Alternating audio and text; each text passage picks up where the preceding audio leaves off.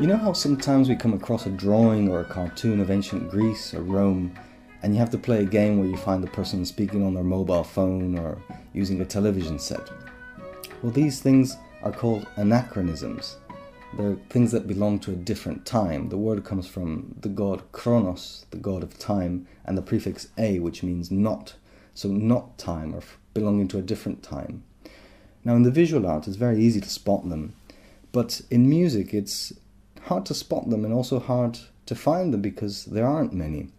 Usually people write in the style that they belong to. For example, if many years in the future somebody asked, well, how did they write music way back in the early 21st century? The answer would probably be, well, most people were singer-songwriters. They would sing a vocal line with text, and they would be accompanied by chords on a guitar or a band. But the rock band The Cure write in a style which is anachronistic. They write in something called counterpoint. And counterpoint is when each thing that is sounding, be it the bass, be it the keyboard, be it the vocal line, be it anything, is actually individual melodies. So you very rarely hear a strummed chord. It's not chordal music, even though on the surface it is. But actually everyone is playing an individual melody, and they all add up and pile up like that to create the general sound. Now, The Cure didn't invent this, but how far back do we have to go to see a time when counterpointistic writing was the norm in the same way that singer-songwriting is now? And you have to go back to the time of Johann Sebastian Bach.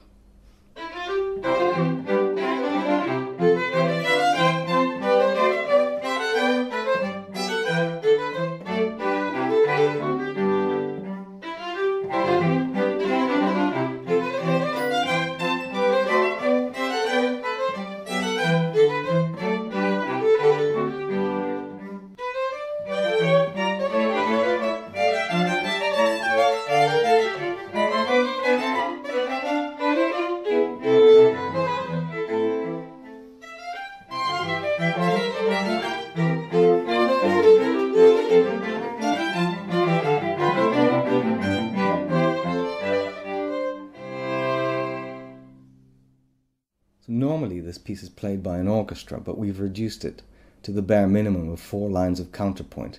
Here they are individually.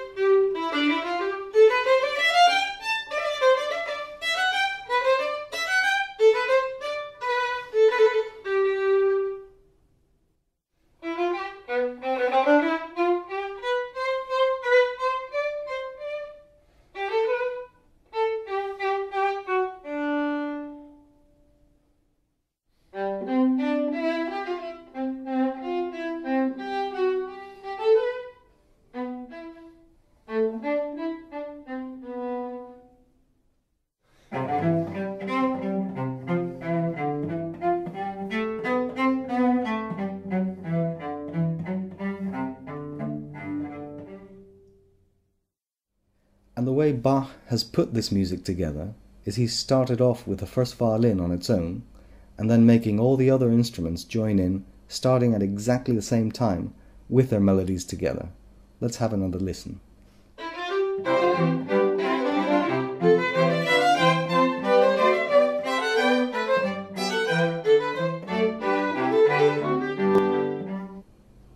So this is how people wrote music in the early 1700s. But by the time Bach's children came round to writing music, it was a style which was considered outdated and nobody wanted to be caught dead writing in this old fogey style.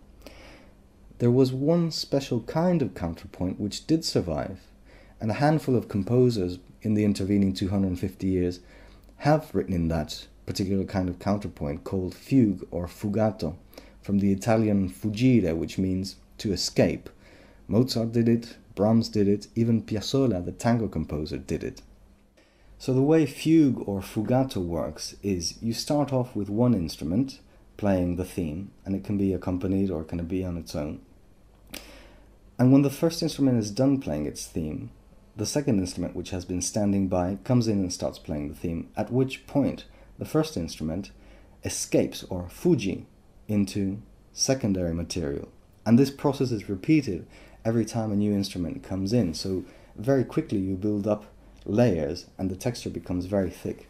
Have a listen to this by Bach. It's from the Brandenburg Concerto No. 4.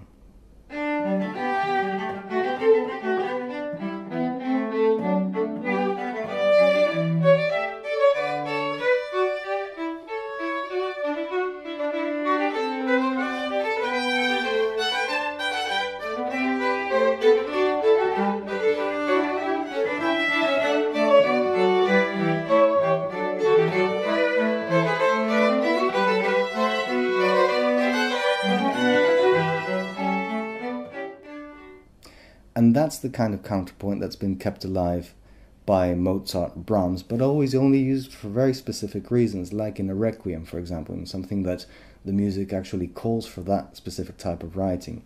You'll never find this kind of thing in pop, rock, folk, reggae, rap, or so many different kinds of popular music. And the Cure don't just do it here in Close to Me. They do it in Just Like Heaven, in Love Song, which was covered by Adele, Lullaby, Fascination Street, Why Can't I Be You, even more minimalist things like at the start of their careers, like in Your House. So if you like classical music, you might also want to check out The Cure and see how many layers you can uncover. And if you like The Cure or rock, you might want to check out Johann Sebastian Bach and enjoy all the things they have in common.